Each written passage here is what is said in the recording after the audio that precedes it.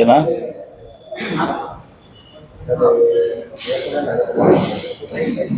ಇಂದು ಬೆಳಗಾವಿ ನಗರಕ್ಕೆ ನಾನು ಒಂದು ಖಾಸಗಿ ಕಾರ್ಯಕ್ರಮಕ್ಕೆ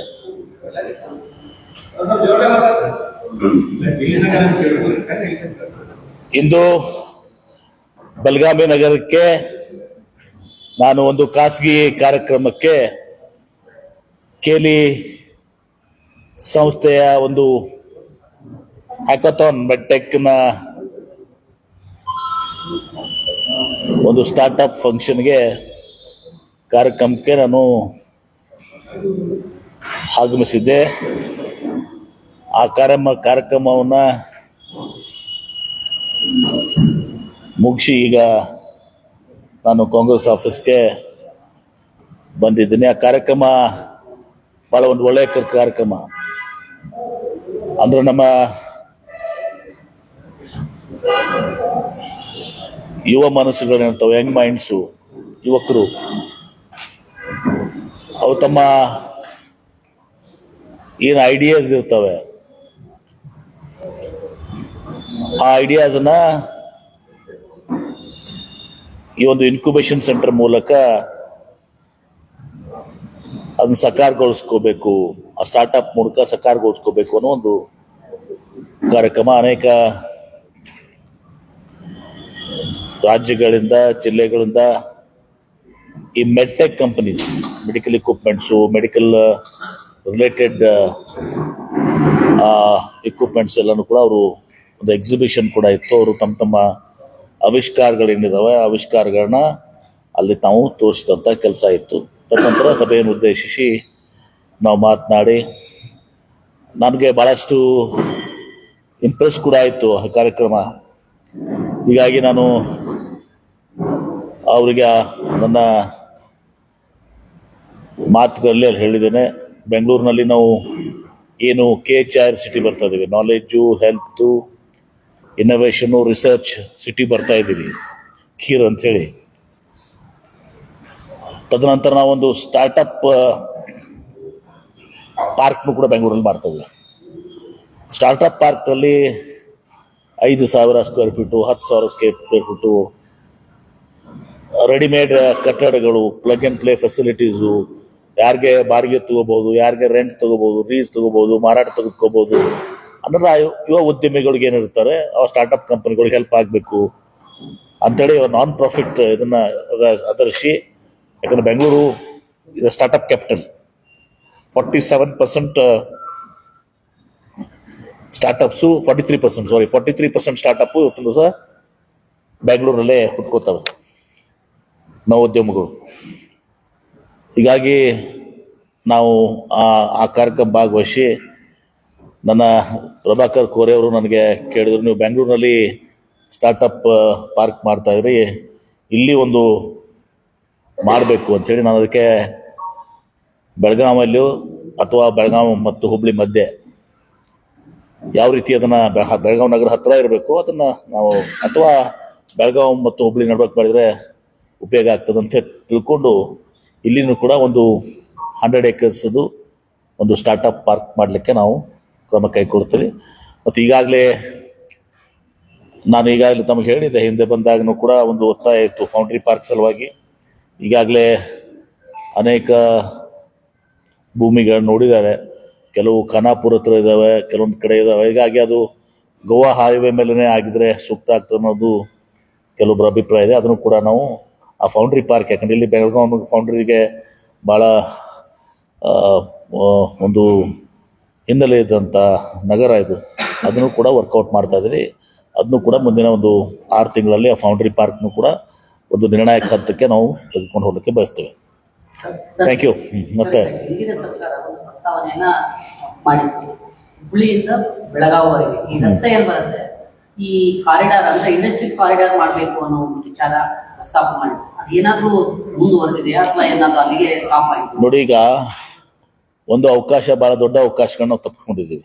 ನನ್ನ ವೈಯಕ್ತಿಕ ಅಭಿಪ್ರಾಯ, ನಾವು ಹುಬ್ಳಿ ಮತ್ತು ಬೆಳಗಾವಿ ಏರ್ಪೋರ್ಟ್ಸ್ನ ಏನು ವಿಸ್ತೀರ್ಣ ಮಾಡಿದ್ದೀವಿ, ಎಕ್ಸ್ಪಾನ್ಷನ್ ಮಾಡಿದ್ದೀವಿ, ಅದರ ಬದಲಾಗಿ ನಾವು ಒಂದು ಟ್ರೂಲಿ ಇಂಟರ್ನ್ಯಾಷನಲ್ ಏರ್ಪೋರ್ಟ್ ಕಿತ್ತೂರಿನಲ್ಲಿ ಆಗಿದ್ದರೆ ಏನಾಗ್ತಿತ್ತು, ಬೆಳಗಾವ್ ಮತ್ತು ಹುಬ್ಳಿ ಎರಡು ಕೂಡ್ಕೊಂಡಿತ್ತು, ಟ್ವಿನ್ ಸಿಟೀಸ್ ಆಗ್ತಿತ್ತು. ಅದಾಗಿ ಹೋಗ್ಬಿಟ್ಟಿದೆ. ಈಗ ಅದ್ರ ಬಗ್ಗೆ ಮಾತಾಡಿದನ್ನು ವಾಪಸ್ ಬರೋದಲ್ಲ. ಈಗ ಅಂದ್ರೆ ಲೋಡ್ ಸಿಕ್ತಿತ್ತು, ಈಗ ಹಂಚೋಗ್ಬಿಟ್ಟಿದೆ ಲೋಡು. ಪ್ಯಾಸೆಂಜರ್ ಲೋಡ್ ಏನಿದೆಯಲ್ಲ, ಆ load factor, cargo load factor ಹಂಚೋಗ್ಬಿಟ್ಟಿದೆ ಬೆಳಗಾವ್ ಮತ್ತು ಹುಬ್ಳಿ ಅಂತ. ಹೀಗಾಗಿ ವಯಬಿಲಿಟಿ ಎರಡಕ್ಕೂ ಒಂದೇ ಏರ್ಪೋರ್ಟ್ ಆಗಿತ್ತಂದ್ರೆ ಎರಡರ ಮಧ್ಯೆ ವಯಬಿಲಿಟಿ ಜಾಸ್ತಿ ಆಗ್ತಿತ್ತು. ಅಂತಾರಾಷ್ಟ್ರೀಯ ಏನು ವಿಮಾನಗಳು ಕೂಡ ಇಲ್ಲಿಂದ ಹೋಗ್ಲಿಕ್ಕೆ ಸಾಧ್ಯ ಆಗ್ತಿತ್ತು. ಆನ್ ಮೆರಿಟ್ ನಾನು ಹೇಳ್ತಾ ಇದ್ದೀನಿ, ಅದು ಅವಕಾಶ ಆಗೋಗಿದೆ. ಅದನ್ನ ಹಿಂದೆ ಇದರಿಂದ ನಾವು ಕಲಿಬೇಕು. ಇಲ್ಲ ಈ ಹುಬ್ಳಿ ಇಲ್ಲಿ ಇವರು ಎಕ್ಸ್ಪಾನ್ಷನ್ ಮಾಡ್ಕೊಡೋದ್ರಿಂದ ಎಕ್ಸಿಸ್ಟಿಂಗ್ ಇರೋದ್ರಿಂದ ಅದು ಬಿಡಿ, ಅದು ಆಗಿ ಹೋಗ್ಬಿಟ್ಟಿದೆ. ಈಗ ನಾವು ಇದನ್ನ ಪಾರ್ಕ್ ಕಾರಿಡಾರ್ ಹೇಳಿದಿರಲ್ಲ, ನನಗೆ ಗೊತ್ತಿಲ್ಲ, ಅವಾಗ ಎಕ್ಸ್ಪಾನ್ಷನ್ ಮಾಡಿಬಿಟ್ಟಿದ್ರಲ್ಲ. ಆಲ್ರೆಡಿ ಹುಬ್ಳಿ ವಾಸ್ ಎಕ್ಸ್ಪಾನ್ಷನ್ ಅದು ಆಗಿ ಹೋಗ್ಬಿಟ್ಟಿತ್ತು, ಲ್ಯಾಂಡ್ ಅಕ್ವಿಷನ್ ಎಲ್ಲ ಆಗಿತ್ತು. ಆಗಿನ ಸರ್ಕಾರಗಳು ಏನೋ ನಿರ್ಧಾರ ತಗೊಂಡಿದವು. ಹಂಗಲ್ಲ ನಾನು ಹೇಳ್ತೀನಿ, ದಿಸ್ ವಾಸ್ ಎಲ್ಲರದು, ದಿಸ್ ಮೈ ಇಂಡಿವಿಜುವಲ್ ಒಪಿನಿಯನ್. ಏನು ಆಗಿದ್ರೆ ಸೂಕ್ತ ಆಕೈತು, ನೀವು ಬಹುಶಃ ಒಪ್ತಿರೋದಿನ. ಅದು ಬಿಡಿ. ಈಗ ಅದನ್ನ ಈಗ ತಾವು ಕೇಳಿದ ಪ್ರಶ್ನೆ ಎರಡು ಬೆಳಗಾವ್, ಒಂದು ನಿಮಿಷ ಪ್ಲೀಸ್, ನೀವು ಕೇಳ್ತಾ ಇದ್ರಲ್ಲ ಕಾರಿಡಾರ್, ಬೆಳಗಾಂ ಮತ್ತು ಹುಬ್ಳಿ ಕಾರಿಡಾರ್ ಬಗ್ಗೆ ಕೇಳ್ತಾ ಇದ್ರಿ. ಅದು ಕಾರಿಡಾರ್ನ ಈಗಲೂ ಕೂಡ ಅದು ಸೂಕ್ತವಾದಂತ ಕಾರಿಡಾರು. ಹೆಂಗೆ ಚೆನ್ನೈ ಬೆಂಗಳೂರು ಕಾರಿಡಾರ್ ಇದೆ, ಆಮೇಲೆ ಹುಬ್ಳಿಗೆ ಮುಂಬೈ ಕಾರಿಡಾರ್ಸ್ ಕೂಡ ಇದು ಮಾಡ್ತಾ ಇದ್ದಾರೆ. ಅದಕ್ಕೆ ನಾನು ಇದು ಕೂಡ ಬಹುಶಃ ಲೆಂತ್ ಅದರಲ್ಲಿ ಬರ್ತದೆ, ನಾನು ನೋಡ್ಕೋತೀನಿ. ಹಾಗೇನಿದ್ರು ಕೂಡ ಇದನ್ನ ಪ್ರಸ್ತಾವನೆಯನ್ನ ಕೇಂದ್ರ ಸರ್ಕಾರಕ್ಕೂ ಕೂಡ ಇದೊಂದು ಕಾರಿಡಾರನ್ನ ಹುಬ್ಳಿ ಮತ್ತು ಬೆಳಗಾವಿ ಮಧ್ಯೆ ಆ ಕಾರಿಡಾರ್ ಡೆವಲಪ್ ಮಾಡಬೇಕು ಅಂತ ಹೇಳಿ ತಮ್ಮ ಅಭಿಪ್ರಾಯ ಇದೆ. ಅದಕ್ಕೆ ನಾನು ಕೂಡ ಅದನ್ನ ಒಪ್ಕೋತೀನಿ, ಅದನ್ನ ಮಾಡೋದು ಪ್ರಯತ್ನ ಮಾಡ್ತೇನೆ. ಅಧಿವೇಶನದಲ್ಲಿ 2000 ಎಕರೆ ಜಮೀನನ್ನ ಮಾಡಬೇಕು ಹಾಗೆ ಅಂತ ಒಂದು ಅಧಿವೇಶನ ಮಾಡ್ಕೊಂಡಿದ್ರು. ಕಳೆದ ಅಧಿವೇಶನದಲ್ಲಿ ಹಿಂದಿನ ಸರ್ಕಾರ ಅಧಿವೇಶನದಲ್ಲಿ ಅಧಿವೇಶನದಲ್ಲಿ ಅದು ಏನಾಗಿದೆ, ಒಂದು ಚೀಫ್ ಮಿನಿಸ್ಟರ್ ಮಾಸ್ಟ್ನಲ್ಲಿ ಕೂಡ ಹೇಳಿದ್ರು, ಆ ಲ್ಯಾಂಡ್ ಅನ್ನ ನಾವು ಒಂದು ಭೂಮಿಯನ್ನು ನಾವು ತೆಗೆದುಕೊಳ್ತಾ ಇದ್ವಿ. ಆ ಭೂಮಿಯಲ್ಲಿ ತಂದ್ಮೇಲೆ ಒಂದು ಸ್ವಲ್ಪ ಕೋರ್ಟ್ ಆರ್ಡರ್ ಆಗಿದೆ. ಈಗ ಆ ಕೋರ್ಟ್ ಆರ್ಡರ್ ಆಗಿದೆ. ಕೋರ್ಟ್ ಆರ್ಡರ್ ವೆಕೆಟ್ ಆದ ಕೂಡಲೇ ಅದನ್ನ ನಾವು ಇದು ಮಾಡ್ತಾ ಇದ್ವಿ. ಸಿಎಂ ಅನ್ಸ್ಕೊಂಡಿದ್ರು.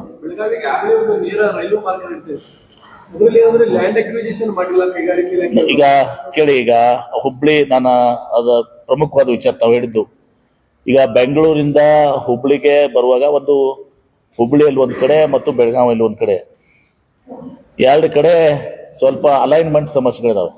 ಲ್ಯಾಂಡ್ ಎಕ್ವಿಷನ್ ಸಮಸ್ಯೆ, ಅಲೈನ್ಮೆಂಟ್ ಚೇಂಜ್ ಮಾಡಬೇಕು ಅಂತ ಹೇಳಿ ಯೂಶಲಿ ರೈಲ್ವೇಸ್ನವರು ಅಷ್ಟು, ಯಾಕಂದ್ರೆ ಅವರು ಅಲೈನ್ಮೆಂಟ್ ಚೇಂಜ್ ಮಾಡುವಂತದ್ದು ಇಂಥವ್ರು ಅಪ್ಪದಲ್ಲ. ನಾನು ಒಂದು 4-5 ದಿವಸ ಇದ್ದೇನೆ ಇದನ್ನ ರಿವ್ಯೂ ಮಾಡಿದ್ದೀನಿ. ಅದು ರಿವ್ಯೂ ಮಾಡಿ ಸಂಬಂಧಿಸಿದ ಆ ಭಾಗದ ಶಾಸಕರು, ಸಚಿವರನ್ನ ಕರೆದು ನಾವೊಂದು ಸಭೆ ಮಾಡಿ ಇದನ್ನ ರೈಲ್ವೇಸ್ ಜೊತೆ ಸಭೆ ಮಾಡಿ ನಮ್ಮ ಅಧಿಕಾರಿಗಳು, IDD ಅಧಿಕಾರಿ ಎಲ್ಲ ಕೂಡಿ ಅದನ್ನ ಕೆರೈಡ್ನಲ್ಲಿ ಬರ್ತವೆ. ಇವರು ಕೆರೈಡ್ನಲ್ಲಿ ಬರುವಂತದ್ದನ್ನ ನಾವು ಬಗೆಹರಿಸಿ ಸೂಕ್ತವಾದಂತ ಟೆಕ್ನಿಕಲ್ ಇದಕ್ಕೆ ಕಾಂಪ್ರಮೈಸ್ ಮಾಡ್ಕೊಳ್ಳಾರ್ದೆ ಮಾಡ್ತೀವಿ. ಅದು ಮಾಡೋದ್ರಿಂದ ಏನ್ ಪ್ರಯೋಜನ ಆಗ್ತದೆ ಅಂದ್ರೆ, ಇವತ್ತು ಬೆಂಗಳೂರು ಟು ಹುಬ್ಳಿ 3 hours ಆಗ್ತದೆ, ಮತ್ತೆ ಬೆಳಗಾವ್ 2 hours. ಅಂದ್ರೆ ಬೆಂಗಳೂರು ಟು ಬೆಳಗಾಂ ನನ್ನ ಅನ್ಸ್ಮಟ್ಟಿಗೆ ಒಂದು ಸುಮಾರು 5 ಗಂಟೆ ಸಮಯ ಕಡಿಮೆ ಆಗ್ತದೆ. ಅದೇ ರೀತಿ ವಿಜಯಪುರ ಮತ್ತು ಬೆಂಗಳೂರು, ಗದಗ್ ಮತ್ತು ಇದರ ಬೈಪಾಸ್ ಇಂದ ಹೋದ್ರೆ ಅದು ಕೂಡ ಸುಮಾರು 3-4 ತಾಸು ಕಡಿಮೆ ಆಗ್ತದೆ. ಸೊ ಇದರಿಂದ ಸ್ವಲ್ಪ ಅನುಕೂಲ ಆಗುತ್ತೆ ಅಂತ ಹೇಳಿ ಅದನ್ನ ಬಹಳ ಮೊನ್ನೆ ನಾನು ಮೀಟಿಂಗ್ 4-5 ದಿವಸದಿಂದ ಮೀಟಿಂಗ್ ಮಾಡಿದ್ದೀನಿ.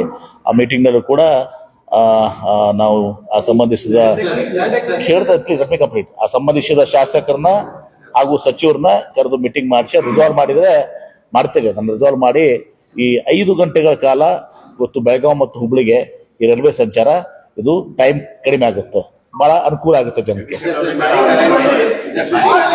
ಒಬ್ರು ಕೇಳಿದ್ರೆ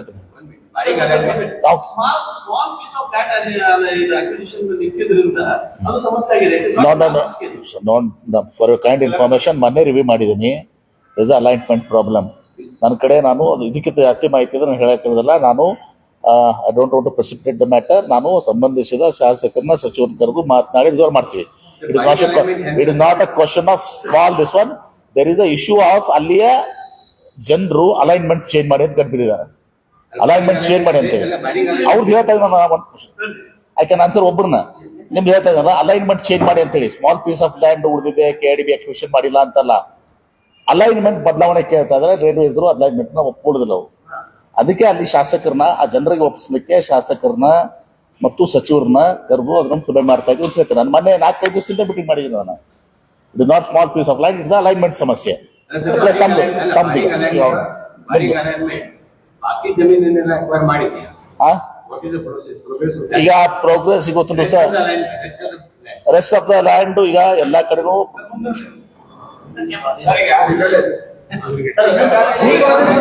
ನಾನು ಕೇಳ್ತಾ ಆನ್ಸರ್ ಮಾಡಕತ್ತಿದಾಗ ನೀವು ಪ್ಲೀಸ್ ಕೋಪರೇಟ್ ನಿಮ್ದೇ ಹೇಳ್ತಾ ಇದೀನಿ. ಅವ್ರದ್ದು ಆನ್ಸರ್ ಒಂದ್ ನಿಮಿಷ ಪ್ಲೀಸ್. ಅವ್ರ ಹಿರಿಯರು ಕೇಳ್ತಾ ಇದಾರೆ. ಈಗ ಎಲ್ಲಾ ಕಡೆನೂ ನಾವು ಕೆರೆಟ್ ಮೊನ್ನೆ ರಿವ್ಯೂ ಮಾಡಿದೀವಿ. Land acquisition is a very full speed. Land acquisition ಯಾವುದನ್ನು ಕೂಡ ಸಮಸ್ಯೆ ಇಲ್ಲ. ಈ ಲೈನ್ಸ್ ನಲ್ಲಿ ಕೂಡ ಸಮಸ್ಯೆ ಬಂದಿದ್ದು ಅಲೈನ್ಮೆಂಟ್ 2 ಕಡೆ. ಆ 2 ಕಡೆ ಆ ಜನರನ್ನ ಒಪ್ಪಿಸಿ ಇದು ಮಾಡಿದ್ರೆ 5 ಗಂಟೆಗಳ ಕಾಲ ದಿವಸ 3 ಗಂಟೆ ಹುಬ್ಬಳ್ಳಿ, 2 ಗಂಟೆಯಲ್ಲಿ ಬೆಳಗಾವ್, 5 ಗಂಟೆಗಳ ಕಾಲ ಕಡಿಮೆ ಆಗ್ತದೆ. ಅದು ನೀವು ಸ್ಟಾಟಿಕ್ಸ್ ಕಳಿಸ್ತೇನೆ. ಮನೆ ರಿವ್ಯೂ ಮಾಡಿದೀವಿ, ಅದು ಕೊಟ್ಟು ಕಳಿಸ್ತೇನೆ ನಿಮಗೆ. ಆ ಸ್ಟಾಟಿಸ್ಟಿಕ್ ಕೊಟ್ಟು ಕಳಿಸ್ತೇನೆ. ಬೆಳಗಾವಿ ರಿಂಗ್ ರಸ್ತೆಗೆ ಭೂಸ್ವಾಧೀನರು ಮೊದಲೇ ಟೆಂಡರ್ ಕರೆದಿದ್ದಾರೆ ಅಂತ ಜಗದೀಶ್ ಮೀಟಿಂಗ್ ನಲ್ಲಿ ಬಂತು. ನಮ್ಮ ಗಮನಕ್ಕೆ ಅವತ್ತು ಫೋನ್ ಮಾಡಿ ನನ್ಗೆ ಗೊತ್ತಿಲ್ಲ. ಅದು ಬಹುಶಃ ನಿಮ್ಮ ಲೋಕೋಪಯೋಗಿ ಸಚಿವರು ಕೇಳಿದ್ರೆ ರಿಂಗ್ ರೋಡಿಗೆ ನನಗೆ ಬರೋದಿಲ್ಲ. ಅದಕ್ಕೆ ನನ್ನ ವಪ್ತಿಗೆ ಬರೋದಿಲ್ಲ. ಕೇಂದ್ರ ಅದನ್ನ ಬಹುಶಃ ನಿಮ್ಗೆ ರಿಂಗ್ ರೋಡ್ಗೆ ಮಾಹಿತಿ ನಮ್ಮ ಲೋಕೋಪಯೋಗಿ ಸಚಿವರು ಸತೀಶ್ ಜಾರಕಿಹೊಳಿ ಕೇಳಿದ್ರೆ ಸರಿಯಾದ ಮಾಹಿತಿ ನಾನು ಕೇಳ್ಕೊಂಡು ಕೂಡ ನಾನು ಕೊಡ್ತೀನಿ. ಬೆಂಗಳೂರು ಬಿಟ್ರೆ ತುಮಕೂರು ಬಿಟ್ರೆ ಮಂಡ್ಯ ಒಬ್ಬೊಬ್ರು ಕೇಳಿದ್ರೆ ನೀವು ಇಬ್ರಾಗ ಒಬ್ರು ಕೇಳಿ. ಹೊಸ ಕೈಗಾರಿಕೆಗಳ ಸ್ಥಾಪನೆ ವಿಚಾರದಲ್ಲಿ ಬೆಂಗಳೂರು ಬಿಟ್ರೆ ತುಮಕೂರು ಬಿಟ್ರೆ ಮಂಡ್ಯ ಆ ಭಾಗಕ್ಕೆ ನಿಮಗೆ ಕಾಣಿಸ್ತದ ಅಂತ. ಹಿಂದಿಗೆ ದೇವರಾಜ ಅರಸು ಒಂದು ಇಂಡಲ್ ಫ್ಯಾಕ್ಟರಿ ಕೊಟ್ಟದನ್ನು ಬಿಟ್ರೆ ಬೇರೆ ಯಾವ ಸರ್ಕಾರಗಳು ಕೂಡ, ಬೇರೆ ಯಾವ ಮುಖ್ಯಮಂತ್ರಿಗಳು ಕೂಡ ಈ ಉತ್ತರ ಕರ್ನಾಟಕ ಭಾಗಕ್ಕೆ ಕೈಗಾರಿಕೆಗಳನ್ನು ಶಿಫ್ಟ್ ಮಾಡಬೇಕು ಅನ್ನುವಂತ ಆಲೋಚನೆ ಬರುವುದಿಲ್ವಾ? ಅಥವಾ ಬೇಕಂತ ಉದ್ದೇಶಪೂರ್ವಕವಾಗಿ ಈ ಭಾಗಕ್ಕೆ ಅನ್ಯಾಯ ಮಾಡ್ಬೇಕನ್ನುವಂತ ನಿಮಗೆ ಉದ್ದೇಶ ಇದೆಯಾ? ನಾನು ಹೇಳ್ತೇನೆ. ನಾನು ಉತ್ತರ ಕರ್ನಾಟಕದವನು, ಒಂದೇದು ಬಿಜಾಪುರದವನು. ಈಗ ಸರ್ಕಾರಗಳು ಉದ್ಯಮ ಸ್ಥಾಪನೆ ಮಾಡೋದಲ್ಲ, ಅದು ಹಳೆ ಕಾಲ. ಪಬ್ಲಿಕ್ ಸೆಕ್ಟರ್ ಯೂನಿಟ್ಸು ಏನು ಇಂದಿರಾ ಗಾಂಧಿ ಅವ್ರ ಕಾಲದಲ್ಲಿ, ಜವಾಹರ್ಲಾಲ್ ನೆಹರು ಕಾಲದಲ್ಲಿ ಆಯ್ತಲ್ಲ, BHL, HAL, BL. ಈಗ ಖಾಸಗಿಯವರು ಉದ್ಯಮ ಸ್ಥಾಪನೆ ಮಾಡಬೇಕು. IT ಕಂಪನೀಸು ಎಲ್ಲಾನು ಕೂಡ global capability centres, data company ಅವರೆಲ್ಲರೂ ಸ್ವಾಭಾವಿಕವಾಗಿ ಬೆಂಗಳೂರು ಸುತ್ತಮುತ್ತ ಕೇಳ್ತಾರೆ. ನಾವು ಬ್ಯಾಂಗ್ಳೂರ್ ಅರ್ಬನ್ಗೆ ನಾವು ಇನ್ಸೆಂಟಿವ್ಸು ರಿಯಾಯಿತಿಗಳನ್ನ ಕೊಡೋದಿಲ್ಲ. ಬಿಯಾಂಡ್ ಬೆಂಗಳೂರು ಇದನ್ನ ನಾವು ಹೆಚ್ಚಿಗೆ ಒತ್ತು ಕೊಡ್ತಾ ಇದ್ದೀವಿ. ಬಿಯಾಂಡ್ ಬೆಂಗಳೂರಿಗೆ ನಾವು ಇನ್ಸೆಂಟಿವ್ಸ್, ಈ ಬೆಳಗಾವಿ, ಹುಬ್ಬಳ್ಳಿ, ಬಿಜಾಪುರ, ರಾಯಚೂರ, ಗುಲ್ಬರ್ಗ ಇಲ್ಲಿ ಬಂದ್ರೆ ನಾವು ಹೆಚ್ಚಿಗೆ ಅವರ ಒತ್ತನ್ನು ಕೊಡ್ತಾ ಇದ್ದೀವಿ. ಬಿಯಾಂಡ್ ಬೆಂಗಳೂರಿಗೆ ನಾವು ಜಾಸ್ತಿ ಒತ್ತನ್ನು ಕೊಟ್ಟಿದ್ದೀವಿ. ಇಷ್ಟಾಗಿನೂ ಕೂಡ ಇಂಡಸ್ಟ್ರೀಸ್ ಸ್ಥಾಪನೆ ಮಾಡೋರು ಅವರ ನಾವು ಇಂತಲೇ ಸ್ಥಾಪನೆ ಮಾಡೋಂತ ಹೇಳುವಂತ ಪರಿಸ್ಥಿತಿ ಯಾವ ರಾಜ್ಯಕ್ಕೂ ಈಗಿಲ್ಲ. There is a very stiff competition. ಒಬ್ಬೊಬ್ಬರು ಲ್ಯಾಂಡ್ ಫ್ರೀ ಕೊಡ್ತೀವಿ ಅಂತಾರೆ, ಒಬ್ಬರು ಇಲೆಕ್ಟ್ರಿಸಿಟಿ ಫ್ರೀ ಕೊಡ್ತೇವೆ ಅಂತಾರೆ, ಒಬ್ಬರು ಇಷ್ಟು ಇನ್ಸೆಂಟಿವ್ ಕೊಡ್ತೀವಿ ಅಂತಾರೆ.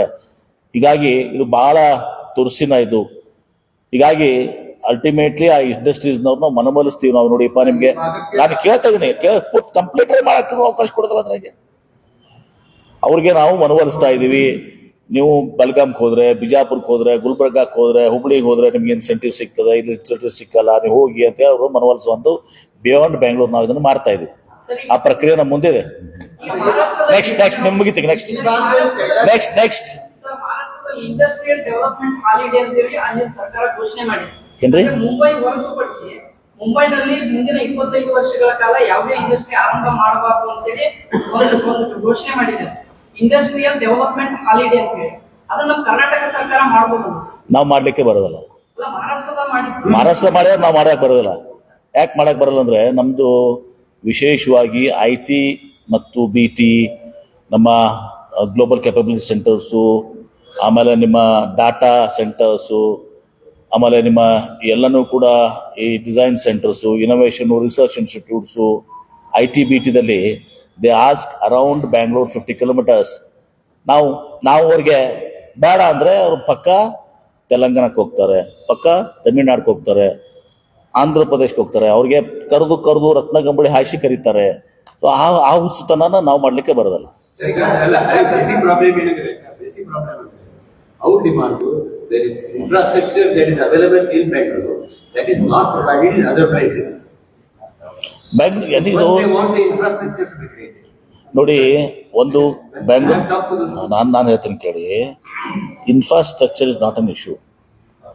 Bengaluru is a capital city. ಯಾವಾಗ ಕ್ಯಾಪಿಟಲ್ ಸಿಟಿ ನೋಡ್ತಾರೆ, ಕ್ಯಾಪಿಟಲ್ ಸಿಟಿ ಸುತ್ತಮುತ್ತನೇ ಗ್ರೋತ್ ಇರ್ತದೆ. ಹೈದರಾಬಾದ್ ಏನಿದೆ, ಸಿಮಿಲರ್ಲಿ ಹೈದರಾಬಾದ್ ಅಲ್ಲ, ಹೈದರಾಬಾದು ಅದೇ ರೀತಿ ಪೋರ್ಟು. ನಮಗೆ ನಮ್ಮ ದುರ್ದೈವಶಾತ್ ನಮಗೆ ಪೋರ್ಟ್ಗಳು ಹೇಳ್ಕೊಳ್ಳುವಂತ ಅವ್ರಿಗೆ ಪೋರ್ಟ್ಸ್ ತಿಳಿಸೋದಿಲ್ಲ. ಆ ಪೋರ್ಟ್ ಅನ್ನು ಕೂಡ ನಾವು ಚಿಂತನೆಯಲ್ಲಿ ಪೋರ್ಟ್ ಎಕ್ಸ್ಪಾನ್ಷನ್ ಮಾಡಬೇಕು. ಅದು ಅದ್ರ ಜೊತೆ ಪೋರ್ಟ್ ಜೊತೆ ನಮ್ದು ವೆಸ್ಟರ್ನ್ ಘಾಟ್ಸ್ ನಮ್ಮ ರೋಡ್ಸ್ ಬರ್ತವೆ. ನೀವು ನನಗೆ ಐ ಡೋಂಟ್ ಲೈಕ್ ನನಗೆ ದಯವಿಟ್ಟು ತಪ್ಪು ತಿಳ್ಕೊಬೇಡಿ. ನಾನು ಕಂಪ್ಲೀಟ್ ಮಾಡಿದಾಗ ನಿಮ್ಗೆ ಪೂರ್ತಿ ಮಾಹಿತಿ ಕೊಡ್ತೀನಿ. ಅರ್ಧ ಇಂಗ್ಲಿಷ್ ಬಿಟ್ಟರೆ ನಾನು ನಿಮ್ಗೆ ಜಾಸ್ತಿ ಮಾಹಿತಿ ಕೊಡ್ತಾ ಇದ್ದೀನಿ, ಪೋರ್ಟ್ ಮಾಹಿತಿ ಕೊಡ್ತಾ ಇದ್ದೀನಿ ಏನ್ರಿ. ಆ ಎಕ್ಸ್ಪಾಂಡ್ ಮಾಡಿ ಪೋರ್ಟ್ ಸುತ್ತಮುತ್ತಲೂ ಕೂಡ ಈ ಗ್ರೀನ್ ಹೈಡ್ರೋಜನ್ ಕಂಪನಿ ತಗೊಳ್ರಿ, ಅವ್ರು ಪೋರ್ಟಿಗೆ ಹತ್ರ ಬಿಡ್ತಾರೆ. ಸೊ ಹೀಗೆಲ್ಲ ವಿಷಯಗಳಿದಾವೆ. ಹೀಗಾಗಿ ನಾವು ಬಿಯಾಂಡ್ ಬೆಂಗಳೂರ್ನು ಕೂಡ ಕ್ಯಾಂಪೇನ್ ನಮ್ದು ಭಾಳ ಇದಾವೆ. ಬಿಯಾಂಡ್ ಬೆಂಗಳೂರಿಗೆ ಇನ್ಸೆಂಟಿವ್ಸ್ ಇದಾವೆ. ಬೆಂಗಳೂರು ಹೊರತುಪಡಿಸಿ ಅಂತ ಏನಿದ್ರಲ್ಲ ಅದಕ್ಕೆ ಇನ್ಸೆಂಟಿವ್ಸ್ ಇಟ್ಕೊಂಡಿದ್ದೀವಿ ನಾವು. High incentives are there for beyond Bengaluru. ಬೆಂಗಳೂರಿಗಿಲ್ಲ.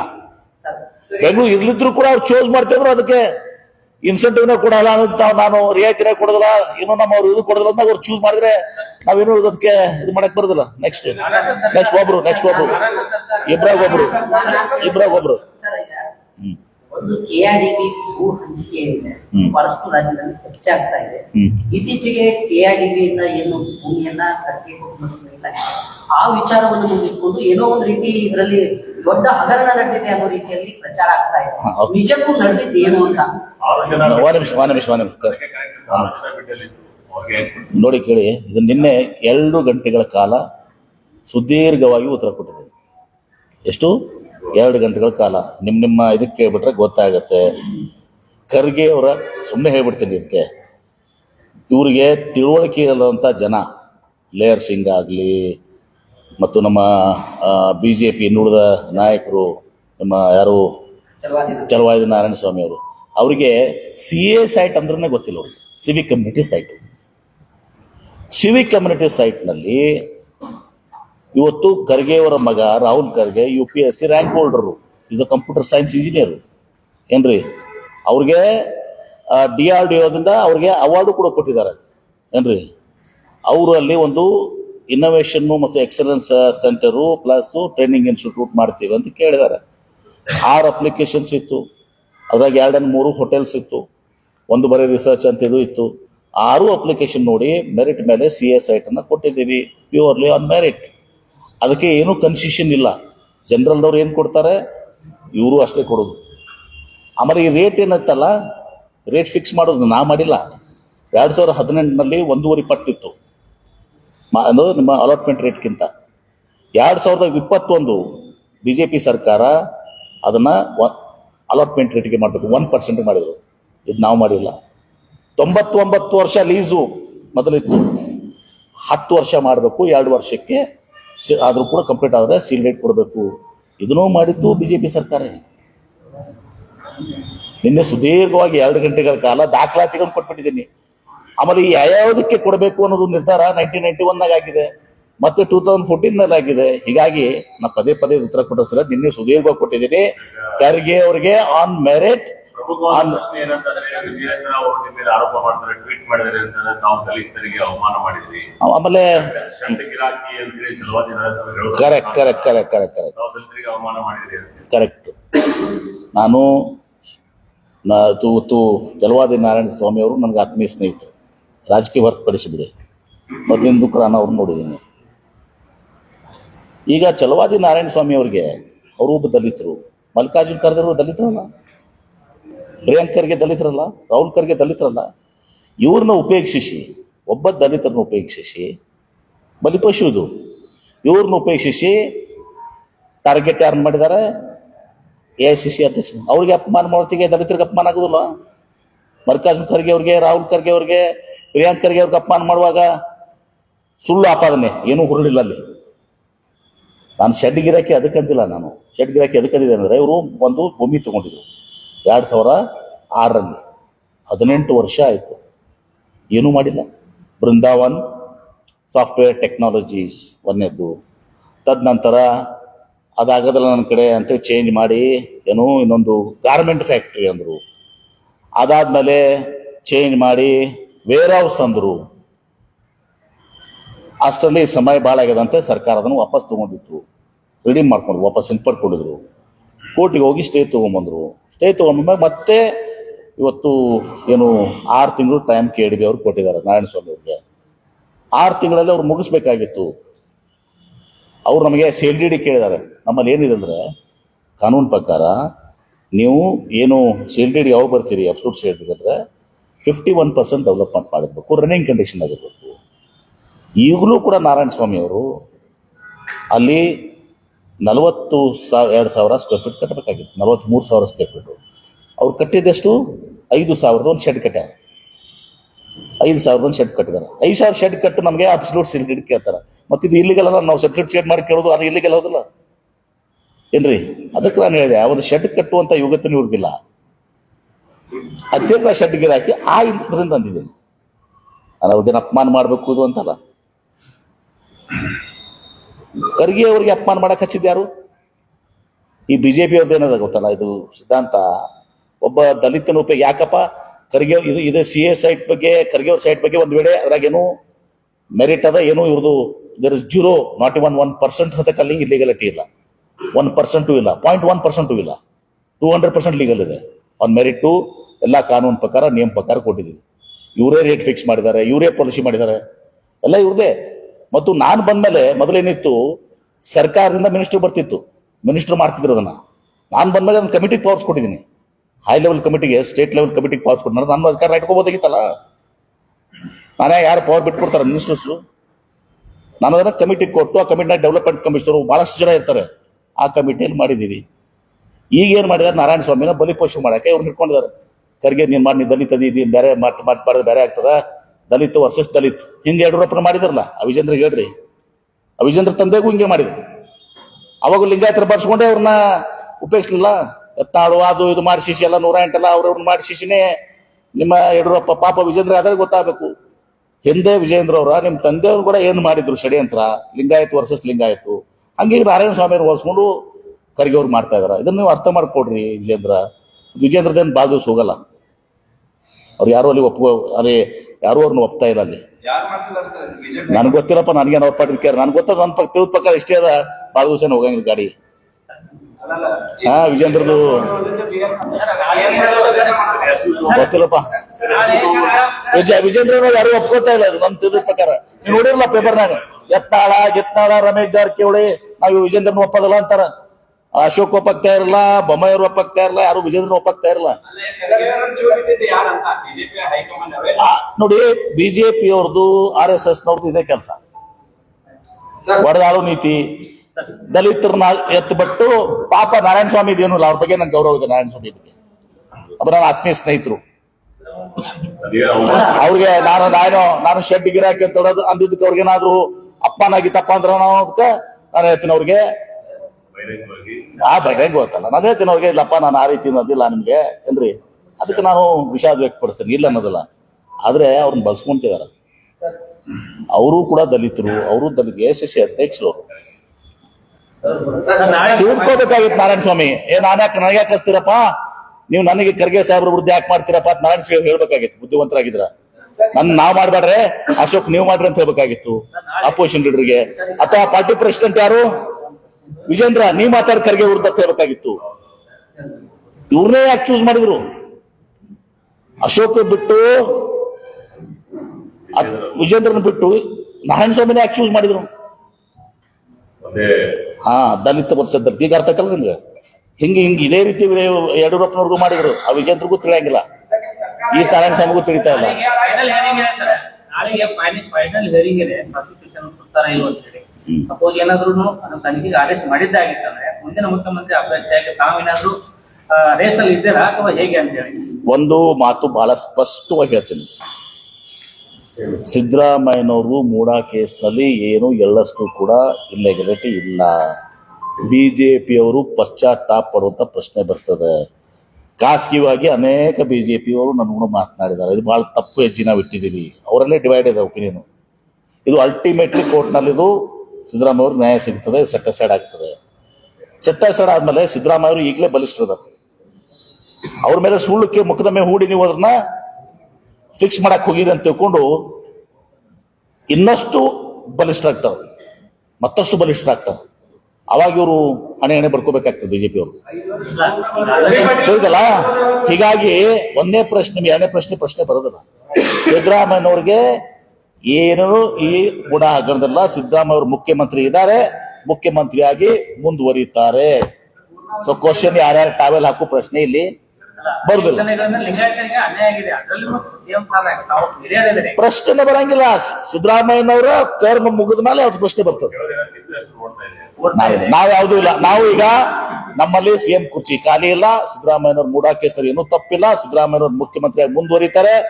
ಈ ಕೇಸ್ನಲ್ಲೂ ಕೂಡ ಅವ್ರ ಖುಲಾಸೆ ಆಗ್ತದೆ. ತದನಂತರ ಸಿದ್ದರಾಮಯ್ಯರು ಇನ್ನಷ್ಟು ಬಲಿಷ್ಠರಾಗ್ತಾರೆ. ಯಾರು ಅವತ್ತು 5 ವರ್ಷನೂ ಕೂಡ ಅವ್ರು ಇರ್ತಾರೆ. ಹೇಳಿ ನೋಡಿ, ನಮಗೆ ಆಸೆಗಳಿದಾವೆ, ದುರಾಶೆ ಇಲ್ಲ. ಸರ್ ಈಗ ಇವತ್ತು ಮುಖ್ಯಮಂತ್ರಿ ಆಗ್ಬೇಕಂದ್ರೆ ನಾನ್ ಬಯಸಿದ್ರೆ ಮುಖ್ಯಮಂತ್ರಿ ಆಗೋದಿಲ್ಲ. ಪಕ್ಷ ಹೈಕಮಾಂಡ್ ಬಯಸ್ಬೇಕು. ಶಾಸಕ ಹೇಳಕತ್ತೆ ಕಂಪ್ಯೂಟರ್ ಮಾಡ್ತೀರಿ. ಯಾಕಪ್ಪ ಈಗ ಬೆಳಗಾವದವ್ರು ಬಿಜಾಪುರದವ್ರು ಸುಮ್ಮನೆ ಕೇಳ್ತಾರೆ, ಪೂರ್ತಿ ಕೇಳ್ಬೇಕು ಅಂತಾರೆ. ಈಗ ಮುಖ್ಯಮಂತ್ರಿ ನಾನು ಬಯಸಿದ್ರೆ ನಾನು ಸ್ವಯಂ ಘೋಷಿತ ಮುಖ್ಯಮಂತ್ರಿ ಆಗ್ಲೇ ಬರ್ತೈತಿ. ಪಕ್ಷ ಬಯಸ್ಬೇಕಾಗ್ತದೆ, ಹೈಕಮಾಂಡ್ ಹೋಗ್ಬೇಕಾಗ್ತೈತಿ, ಶಾಸಕರ ಒಪ್ಪಿಗೆ ಮಾಡ್ಬೇಕಾಗ್ತದೆ, ಶಾಸಕಾಂಗ ಸಭೆ ನಡೀತದ, ಶಾಸಕರ ಅಭಿಪ್ರಾಯ ತಗೋತಾರೆ, ತೆಗೆದುಕೊಂಡು ಮುಂದೆ ಮುಖ್ಯಮಂತ್ರಿ ಮಾಡ್ತಾರೆ. ಇದು ಕಾಂಗ್ರೆಸ್ ನಲ್ಲಿ ಪದ್ಧತಿ. ಯಾರು ಈಗಂತೂ ಖಾಲಿನೇ ಇಲ್ಲ ಅದು. ಮುಂದೆ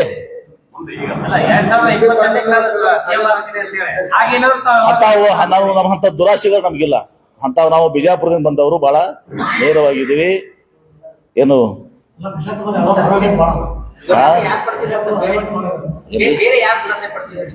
ಯಾರು ದುರಾಸೆ ಪಡ್ತಾರೆ? ನಮ್ಮಲ್ಲಿ ನೋಡಿದಿರಿ ಈಗಾಗಲೇ ಎಲ್ಲಾ ಸಚಿವರು ಸಿದ್ದರಾಮಯ್ಯವರು ಬೆನ್ನಿಗಿದ್ದಾರೆ, ಸಾಲಿಡಾರಿಟಿ. ಎಲ್ಲಾ ಶಾಸಕರು ಇದ್ದಾರೆ. ಹೈಕಮಾಂಡ್ ಎಐಸಿಸಿ ಅಧ್ಯಕ್ಷರು ಸೋನಿಯಾ ಗಾಂಧಿ ಅವರು, ರಾಹುಲ್ ಗಾಂಧಿ ಅವರು, ವೇಣುಗೋಪಾಲ್ ಅವರು, ಸುರ್ಜೇವಾಲ್ ಅವರು ಸಿದ್ದರಾಮಯ್ಯ ಅವರು ಬೆನ್ನಿಗಿದ್ದಾರೆ. ಎಂಟೈರ್ ನಮ್ಮ ಪಾರ್ಟಿ ಇಲ್ಲಿ ಕೂತಂತ ಜಿಲ್ಲಾ ಕಾಂಗ್ರೆಸ್ ಕಮಿಟಿ ಅಧ್ಯಕ್ಷರು, ಪದಾಧಿಕಾರಿಗಳು ಅದಿರಲ್ಲಮ್ಮ, ಎಲ್ಲರೂ ಕೂಡ ಕಾಂಗ್ರೆಸ್ ಪಕ್ಷದಲ್ಲಿದ್ದಾರೆ. ಒಂದು ಕಡೆ ನಾಳೆ ಒಂದು ಕಡೆ ಹೋಟೆಲ್ಗೆ ಕೆಲಸ ನಡೆದಿ, ಇನ್ನೊಂದು ಕಡೆ ರಾಜಭವನ್ ಚಲೋ ಅಂತ. ಹೌದು, ಯಾಕಂದ್ರೆ ನೋಡಿ, ಸಿದ್ದರಾಮಯ್ಯನವ್ರ ಮೂಡಾ ಕೇಸ್ನಲ್ಲಿ ಅವ್ರು TG ಅಬ್ರಾಹಂ 11ವರೆಗೆ ಒಂದು ಇದು ಕೊಡ್ತಾನೆ, ಗವರ್ನರ್ಗೆ ಅರ್ಜಿ ಕೊಡ್ತಾನೆ.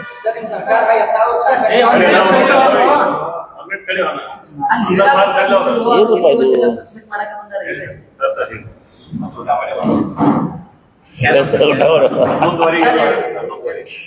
11ವರೆಗೆ ಅವರು ಅರ್ಜಿ ಕೊಡ್ತಾರೆ. ಸಾಯಂಕಾಲ 5:30 ಗಂಟೆಗೆ ನಮ್ಮ ಚೀಫ್ ಸೆಕ್ರೆಟರಿ ಅವರು ಹಿಂದೆ ಅವ್ರಿಗೆ ಒಂದು ಮಾಹಿತಿ ಕೇಳಿರ್ತಾರೆ. ಅವರು ಖುದ್ದಾಗಿ ಚೀಫ್ ಸೆಕ್ರೆಟರಿ ಮಾಹಿತಿ ಕೊಡ್ತಾರೆ ಇದೇ ಕೇಸ್ ಬಗ್ಗೆ, ಮೂಡಾ ಕೇಸ್ ಬಗ್ಗೆ. ತರಾತುರಿಯಲ್ಲಿ ರಾತ್ರಿ 10 ಗಂಟೆಗೆ ಅವರು ನೋಟಿಸ್ ಕೊಡ್ತಾರೆ. 9 ಗಂಟೆದಲ್ಲಿ ನೋಟಿಸ್ ಕೊಡ್ತಾರೆ. ಸಿದ್ದರಾಮಯ್ಯ ವಿರುದ್ಧ ಏನು ಪ್ರಾಥಮಿಕ ತನಿಖೆ ಆಗಿಲ್ಲ, ಯಾವ ಲೋಕಾಯುಕ್ತ ಆರ್ಡರ್ ಇಲ್ಲ, ಪ್ರಾಥಮಿಕ ತನಿಖೆ ಆಗಿಲ್ಲ. ಆದ್ರೆ ನಿಮ್ಮ ಶಶಿಕಲಾ ಜೊಲ್ಲೆ, ನಿಮ್ ಜಿಲ್ಲೆಯವರಲ್ಲ, ಶಶಿಕಲಾ ಜೊಲ್ಲೆ ಅವರು, ಮುರುಗೇಶ್ ನಿರಾಣಿ ಅವರು, ಆಮೇಲೆ ನಿಮ್ಮ ಯಾರು ಜನಾರ್ದನ್ ರೆಡ್ಡಿ ಮೇಲೆ ಪ್ರಾಥಮಿಕ ತನಿಖೆಯಾಗಿ ಪ್ರಾಸಿಕ್ಯೂಷನ್ಗೆ ಹೋಗಿದ್ದಾವೆ. ಇದೆಲ್ಲದಕ್ಕೂ ಹೆಚ್ಚಿಗೆ ಈಗ ಕೇಂದ್ರ ಸಚಿವರು, ನಮ್ದೇ ಖಾತೆ ಅವ್ರಿಗೂ, ಕೈಗಾರಿಕಾ ಸಚಿವರು, ಮಾಜಿ ಮುಖ್ಯಮಂತ್ರಿಗಳು ಕುಮಾರಸ್ವಾಮಿ ಅವ್ರ ಮೇಲೂ ಕೂಡ ಇವತ್ತು ಗಣಿ ಹಗರಣದಲ್ಲಿ ಅವರು ಪ್ರಾಥಮಿಕ ತನಿಖೆಯಾಗಿ ಪ್ರಾಸಿಕ್ಯೂಷನ್ ಕೇಳಿದ್ದಾರೆ. ರಾಜ್ಯಪಾಲರು 8-9 ತಿಂಗಳು, 16 ತಿಂಗಳು, 18 ತಿಂಗಳು ಆಗೋದಕ್ಕೆ ಸ್ಯಾಂಕ್ಷನ್ ಕೊಡಕ್ ತಯಾರಿಲ್ಲ. 9 ತಾಸ್ನಾಗ ನೀವು ಪ್ರಾಥಮಿಕ ತನಿಖೆ ಆಗ್ಲಾರ್ದಂತ ಸಿದ್ದರಾಮಯ್ಯನವ್ರಿಗೆ ನೀವು ನೋಟಿಸ್ ಕೊಡ್ತೀರಿ. ಏನಪ್ಪಾ ಇದು ಷಡ್ಯಂತ್ರ ಅಲ್ವಾ ಇದು? ರಾಜ್ಯಪಾಲರು ರಾಜ್ಯಪಾಲರು ಕೇಂದ್ರ ಸರ್ಕಾರದ ಕೈಗೊಂಬೆ ಆಗಿ ವರ್ತನೆ ಮಾಡ್ತಾ ಇದ್ದಾರೆ. ಇದ್ರಾಗ 2 ಮಾತಿಲ್ಲ.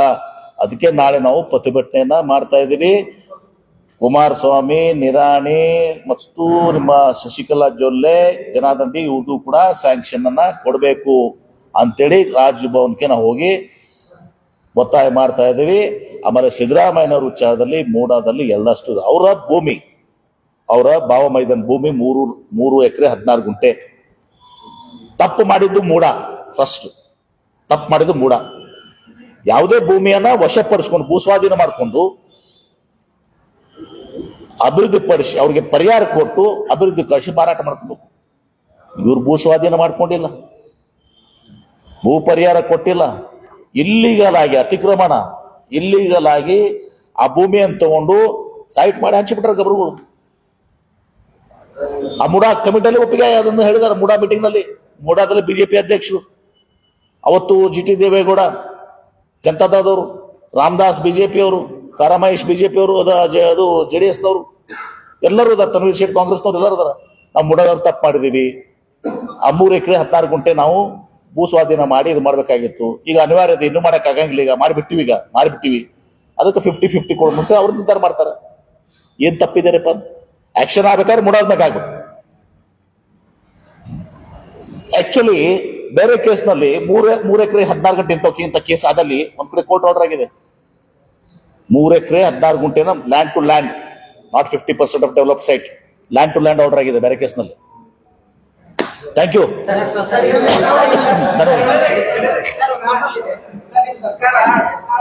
ಉದ್ದೇಶಪೂರ್ವಕವಾಗಿ ಬಂದ್ ಮಾಡಿದ್ರೆ ಏನ್ರಿ?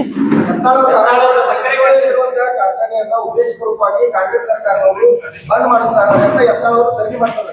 ನೋಡಿ, ಯತ್ನಾಳ್ ಅವರು ಎನ್ವಿರಾನ್ಮೆಂಟ್ ಪರ್ಮಿಷನ್ಗೆ ಯಾರಿಗೂ ಕೂಡ ಏನಂತೀರಿ ರಿಯಾಯಿತಿ ಇಲ್ಲ. ಯಾವುದೇ ಇಂಡಸ್ಟ್ರಿ ಮಾಡ್ಬೇಕಂದ್ರೆ ಎನ್ವಿರಾನ್ಮೆಂಟ್ ಪರ್ಮಿಷನ್ ತಗೋಬೇಕು. ಅವರು ಎನ್ವಿರಾನ್ಮೆಂಟ್ ಪರ್ಮಿಷನ್ ಇರ್ಲಾರ್ದೆ ಪ್ರಾರಂಭ ಮಾಡಿದ್ದಾರೆ, ಉಲ್ಲಂಘನೆ ಮಾಡಿದ್ದಾರೆ. ಇವತ್ತು ಅಧಿಕಾರಿಗಳು ಭೇಟಿ ಕೊಟ್ಟಿದ್ದಾರೆ. ಕೋರ್ಟ್ ನಲ್ಲಿದೆ. ಯಾರು ಅಧಿಕಾರಿಗಳು, ಪರಿಸರ ಇಲಾಖೆ ಅಧಿಕಾರಿಗಳು ಭೇಟಿ ಕೊಟ್ಟು ಯಾವುದೇ ಉಲ್ಲಂಘನೆ ಆಗಿಲ್ಲ ಅಂತ ಹೇಳಿದ್ದಾರೆ. ಇವತ್ತು ಯಾರು? ಅಧಿಕಾರಿಗಳಿಗೆ ಭೇಟಿ ಕೊಟ್ಟು ನನಗೆ ಅದ್ರ ಬಗ್ಗೆ ಮಾಹಿತಿ ಇಲ್ಲ. ಇವತ್ತು ಒಂದು ಮಾತ್ರ ನನಗೆ ಗೊತ್ತಿದೆ, ಕೋರ್ಸ್ ನಡೆದಿತ್ತು ಹೈಕೋರ್ಟ್ನಲ್ಲಿ. ಇದು ಎಲ್ಲಾನು ಕೂಡ ಆ ಕೋರ್ಟ್ನಲ್ಲಿ ಇವರು ಏನೋ ಯಾವುದು ಪರವಾನಗಿ ಎನ್ವಿರಾನ್ಮೆಂಟ್ ಪರ್ಮಿಷನ್ ಇಲ್ಲಾರ್ದೆ ಇವರು ಇಂಡಸ್ಟ್ರಿ ಸೈಟ್ ಪ್ರಾರಂಭ ಮಾಡಿದ್ದಾರೆ ಅಂತ ಹೇಳಿ ಅದು ಯಾರಿಗೂ ಕೂಡ ಇಲ್ಲ. ಹಾಗೆ ಆ ರೀತಿ ವಿತೌಟ್ ಪರ್ಮಿಷನ್ ಯಾರಿಗೂ MB ಪಾಟ್ಗೂ ಮಾಡಕ್ ಹಾಕಿಲ್ಲ, ಸಿದ್ದರಾಮಯ್ಯಗೂ ಮಾಡಕ್ ಆಗ್ತಿಲ್ಲ, ಯಡಿಯೂರಪ್ಪಗೂ ಮಾಡಕ್ಕಿಲ್ಲ. ಎನ್ವಿರಾನ್ಮೆಂಟ್ ಪರ್ಮಿಷನ್ ಇದು ಮಸ್ಟ್.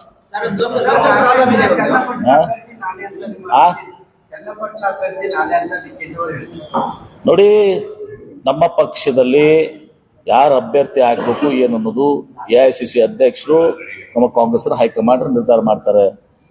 ಇವತ್ತು DK ಶಿವಕುಮಾರ್ ಅವರು ಆಕಾಂಕ್ಷಿ ಆಗಿರ್ಬೋದು, ಅವ್ರ ಹೆಸರನ್ನು ಪರಿಗಣಿಸ್ತದೆ. ಒಂದು ಲೋಕಲ್ ಪ್ರಾಬ್ಲಮ್ ಇದೆ. ಇತ್ತೀಚೆಗೆ ಒಂದು 15 ಒಂದು ಫ್ಯಾಕ್ಟರಿ ಸುಟ್ಟೋಯ್ತು ಸಂಪೂರ್ಣ ಬರ್ನ್ ಆಯ್ತು ಬೆಳಗಾವಿಯಲ್ಲಿ. ಆ ಸುಟ್ಟ ಒಂದು 20 ವರ್ಷದ ಒಬ್ಬ ಯುವಕ ಸಜೀವ ದಹನ ಆಗ. ಇದುವರೆಗೂ ನಿಮ್ ಇಲಾಖೆಯಿಂದ ಯಾಕೆ ಫ್ಯಾಕ್ಟರಿ ಸುಟ್ಟೋಯ್ತು, ಅಲ್ಲಿ ಏನ್ ಉತ್ಪಾದನೆ ಆಗ್ತಿತ್ತು, ಏನ್ ಪ್ರಾಬ್ಲಮ್ ಆಯ್ತು ಅನ್ನೋದು ರಿಪೋರ್ಟ್ ಬಂದಿಲ್ಲ. ಒಂದು ಆ ಹುಡುಗನಿಗೆ ಕುಟುಂಬಕ್ಕೆ ₹1 ಪರಿಹಾರನ ನಿಮ್ ಇಲಾಖೆ ಇದುವರೆಗೂ ಕೊಟ್ಟಿಲ್ಲ. ನನಗೆ ನಿನ್ನೆ ಮಾಹಿತಿ ಬಂದಿದೆ, ಅದು ಯಾವುದೋ ಒಂದು ಇದ್ರ ಟೇಪ್ ಹೈಲಿ ಇನ್ಫ್ಲೇಮಬಲ್ ಫ್ಯಾಕ್ಟರಿ ಅಂತದ್ದು, ಹೈಲಿ ಇನ್ಫ್ಲೇಮಬಲ್ ಪಾಪ್. ನಿನ್ನೆ ಕೇಳಿದ್, ನಾನು ಮಾಹಿತಿ ಕೇಳಿದ್ದೀನಿ. ಈಗ ನಾನು ಅದನ್ನ ಮಾಹಿತಿ ಕೇಳ್ಕೊಂಡಿದ್ದೀನಿ. ಆ ಮಾಹಿತಿ ಅದನ್ನು ತರಿಸಿ ಅದನ್ನೆಲ್ಲ ಫುಲ್ ಎಕ್ಸ್ಪ್ಲನೇಷನ್ ಪಡ್ಕೊಂಡು ಸೂಕ್ತ ಕ್ರಮ ಕೈಗೊಳ್ತೇವೆ. ಅಲ್ಲಿ ಯಾರು ತಪ್ಪಿಸ್ತಿದಾರ, ಏನಾಗಿದೆ, ಯಾಕಾಗಿದೆ ಎಲ್ಲವನ್ನ ಪೂರ್ತಿ ಅನ್ನೋದ್ರು ನಾನೇ ಫಸ್ಟ್ ಹ್ಯಾಂಡ್ ಅದನ್ನ ಇನ್ಫಾರ್ಮೇಶನ್ ನಿನ್ನೆ ನನ್ಗೆ ಹೇಳಿದಾರೆ. ಅದನ್ನ ಮಜೀದ್ ಪಾಟೀಲ್ ಬೆಳಗಾವ್ ಅವರು ಕೂಡ ನನ್ಗೆ ಹೇಳಿದ್ರು, ಈಗೆಲ್ಲ ಆಗಿದೆ ಅಂತ AB ಭಟ್ರು ಅವ್ರು ಕೂಡ. ಅದಕ್ಕೆ ನಾನು ಅದನ್ನು ಮಾಹಿತಿ ಫುಲ್ ತರಿಸ್ಕೊಂಡು ಮತ್ತು ಯಾರಿಗೆ ಪಾಪ ಅದರಲ್ಲಿ ಮೃತಪಟ್ಟಿದ್ದಾನೆ ಅದು ಅವ್ರೆಲ್ಲರಿಗೂ ಸೂಕ್ತವಾದಂಥ ಪರಿಹಾರ ಕೊಡಿಸುವಂಥ ಕೆಲಸ ನಾನು ಜವಾಬ್ದಾರಿನೂ ಹೊರ್ತೇನೆ. I take the responsibility. ವಿಶೇಷವಾಗಿ ನಿನ್ನೆ ಹೇಳಿದೆ ನನಗೆ. ಅದು ಹೈಲಿ ಇನ್ಫ್ಲೇಮಬಲ್ ಕಂಪನಿ ಅದ, ಟೇಪ್ ಇದು ಅಂತ. ಲಾಸ್ಟ್ ಕ್ವಶನ್, ಊಟ ಮಾಡಿಲ್ಲಲ್ಲ ನೀವು? ಒಂದು ಮುಡಾ ಹಗರಣ ಆಗಿರ್ಬೋದು, KIDB ವಿಚಾರ ಏನಾಗಿರ್ಬೋದು, ನಾನು KIDB ಬಗ್ಗೆ ಆಗಣಗಿಲ್ಲ ಬಿಡ ಮಾರ್ರೆ. ಸರ್, ಈ ವಿಚಾರಗಳನ್ನ ಪ್ರಸ್ತಾಪ ಮಾಡ್ತಾ ಇದ್ದಾರೆ. ನೀವು ಅಧಿಕಾರಕ್ಕೆ ಬಂದಾಗ ಹೇಳ್ತಾ ಇದ್ರಿ ಬಿಜೆಪಿ ಅವರು ಬಹಳಷ್ಟು ಹಗರಣಗಳನ್ನು ಮಾಡಿದ್ದಾರೆ, ಇವ್ರಿಗೆಲ್ಲ ನಮ್ ಕಡೆ ಇದೆ ಅಂತ ಹೇಳಿ. ಇದನ್ನು ತನಿಖೆ ಮಾಡಿಸ್ತೀವಿ, ಇವ್ರ ವಿರುದ್ಧ ಕ್ರಮ ಕೈಗೊಳ್ತೀವಿ ಅಂತ ಹೇಳ್ಕೊತಾನೆ ಬರ್ತಾ ಇದ್ದೀವಿ. ಬುಟ್ಟಿಯಲ್ಲಿ ಹಾವು ಇಟ್ಕೊಂಡು ಬಿಡ್ತಾ ಇದೀವಿ ಅಂತ ಹೇಳ್ತಾ ಇದ್ವಿ. ಅದನ್ನ ಯಾಕೆ ಬಿಡ್ತಾ ಇಲ್ಲ ಅಂತ ನಿಮ್ಗೆ ಯಾರು ಹೇಳಿದ್ರು ಬಿಡ್ತಾ ಇಲ್ಲ? ಬುಟ್ಟಿಯಲ್ಲಿ ಹಾವು ಇಲ್ಲ, ಎಲ್ಲಾನು ಇಲ್ಲ. ನಾವೇನ್ ಮಾಡ್ತಾ ಇದೀವಿ, ಅದನ್ನ ಎನ್ಕ್ವೈರಿ ಮಾಡ್ತಾ ಇದೀವಿ. ಪೊಲೀಸ್ PSI ಸ್ಕ್ಯಾಮ್ ಇದು ಮಾಡ್ತಾ ಇದೀವಿ. ನಾವೇನ್ ಬ್ಲಾಕ್ ಮೇಲ್ ಮಾಡೋಂಥದ್ದಲ್ಲ, ಬುಟ್ಟಾಗಿ ಹಾವು ಇಟ್ಕೊಂಡು ತೋರಿಸ್ತೀವಿ, ಈಗಿರ್ತೀವಿ, ಬ್ಲಾಕ್ ಮೇಲ್ ಮಾಡೋದಂತದ್ದಲ್ಲ.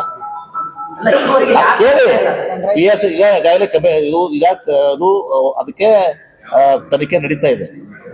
PSI ಹಗರಣ ತನಿಖೆ ನಡೀತದೆ.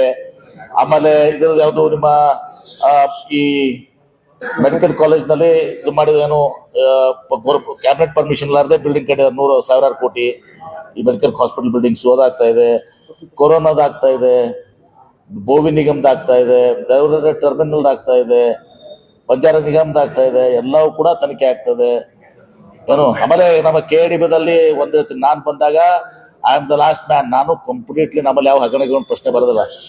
ನಾನು ಈಗಾಗಲೇ ನಿನ್ನೆ 2 ತಾಸು ಕೊಟ್ಟಿದ್ದೀನಿ ಅವ್ರಿಗೆ. ನಿಮ್ಮವ್ರು ಸಾಕು ಅಂತ ಬಿಟ್ಟಿದ್ರಿ ರಿಪೋರ್ಟ್ನ ಕೊಟ್ಟಿದ್ದೀನಿ. ಸರ್ ಏನಂತಂದ್ರೆ ನಾವು ಬಹಳಷ್ಟು ಲಿಂಗಾಯತ ಸಂಘಟನೆ ಹೋರಾಟ ಮಾಡಿದ್ವಿ, ಬಹಳಷ್ಟು ರಾಜ್ಯದ ಲೆಕ್ಕಾಡಿದ್ವಿ. ಯಾವಾಗ ಶಾಮನೂರು ಶಿವಶಂಕರ ಜೊತೆ ಸಂಬಂಧ ಬೆಳೆಸಿದ್ರೆ ಹೋರಾಟ ಬಿಟ್ಬಿಟ್ವಿ. ಯಾರು ಪ್ರತ್ಯೇಕ ಧರ್ಮ ನೀವು? ಅದು ಸಂಬಂಧ ಬೇರೆ, ಇದು ಬೇರೆ. ಸಂಘಟನೆ ಮಾಡ್ತಾರೆ, ಯಾರ್ದು ಆಗ್ತಾ ಇದೆ ಅದು ಪ್ರತ್ಯೇಕ ಮಾಡ್ತಾ ಇದಾರೆ, ಅದನ್ನ ಸಂಘಟನೆ ಮಾಡ್ತಾ ಇದಾರೆ. ಯಾವುದು ಈಗ ಶಾಮನೂರು ಶಿವಶಂಕರಪ್ಪ ಅವರ ಸಿದ್ಧಾಂತಗಳು ಅವರ ಇದು ಅವ್ರು ಬೇರೆ, ನಮ್ಮ ಸಿದ್ಧಾಂತ. ಈಗ ನಮ್ಮ ಮಕ್ಕಳು ಮದುವೆ ಆಗಿ ಈಗ ಬಿಜೆಪಿ ಕಾಂಗ್ರೆಸ್ನವ್ರು ನಮಗೆ ನೋಡಿ ನಿನ್ನೆ ನಮ್ಮ ಇವರು ಯಾರು ವಿಶ್ವನಾಥ್ ಮತ್ತು ವಿಶ್ವನಾಥ್ ಈಗ ನಾನೇನ್ ಹೇಳ್ತಾ ಇಲ್ಲ, ಸಂಘಟನೆ ಅಲ್ಲ. ಈಗ ಮೊನ್ನೆ ದಾವಣಗೆರೆ ಸಮಾವೇಶ ನಡೀತು, ವೀರಶೈವ ಮಹಾಸಭಾದು. ಇತ್ತೀಚೆಗೆ ಒಂದು 6 ತಿಂಗಳ 1 ವರ್ಷದ 6 ತಿಂಗಳ ಮೇಲೆ ಆಯ್ತು. ಅವರೇ ರೆಸಲ್ಯೂಷನ್ ಮಾಡ್ಯಾರ. ಏನ್ ರೆಸಲ್ಯೂಷನ್ ಮಾಡಿದಾರ? ಏನ್ ಠರಾವ್ ಪಾಸ್ ಮಾಡಿದಾರ? ಧರ್ಮದ ಕಾಲಂನಲ್ಲಿ ಲಿಂಗಾಯತ ಅಂತ ಬರಸ್ರಿ, ಅದು ವೀರಶೈವ ಧರ್ಮದ ಕಾಲ ಲಿಂಗಾಯತ ಅಂತ ಬರಸ್ರಿ, ಮತ್ತೆ ಇನ್ನಿತರ ಏನೇನು ಮಾಡ್ಯಾರ. ಜಾತಿ ಇದ್ರೆ ಬರ್ಸ ಅಂತ ಹೇಳಿದಾರ. ಈಗ ಅವ್ರಿಗೆ ಕೇಳಿ ಪ್ರಶ್ನೆ, ಅವ್ರಿಗೆ ಪ್ರಶ್ನೆ ಕೇಳಿ. ಈಗ ಶಾಮನೂರು ಶಿವಶಂಕರಪ್ಪ ಅವ್ರಿಗೆ ಕೇಳಿ. ಲಾಸ್ಟ್ ಲಿಂಗಾಯತ ಧರ್ಮದವರೇ ವಿರೋಧ ಮಾಡ್ತಾರಲ್ಲ, ಅವ್ರನ್ನ ನೀವೆಲ್ಲರೂ ಮನವೊಲಿಸುವಂತ ಕೆಲಸ ಏನಾದ್ರು ಮಾಡ್ತೀರಾ? ಈಗ ವೀರಶೈವ ಮಹಾಸಭಾದವರು ಈಗ ರೆಸಲ್ಯೂಷನ್ ಪಾಸ್ ಮಾಡಿದ್ದಾರೆ. ಇದರಲ್ಲಿ ಕ್ವಶನ್ ಡಸಂಟ್ ಅರೈಸ್. ಅವರು ಧರ್ಮದ ಕಾಲಂನಲ್ಲಿ ವೀರಶೈವ ಲಿಂಗಾಯತ ಬರ್ಸ್ರಿ, ಜಾತಿ ಕಾಲದಾಗ ನಿಮ್ ಜಾತಿ ಪಂಚಮಸಾಲಿ, ಬೆರಜಿಗ, ರೆಡ್ಡಿ, ಕುಡುವಕ್ಕಲ್ಗ ಅದೆಲ್ಲ ಬರ್ಸಿ ಅಂತ ಹೇಳಿ.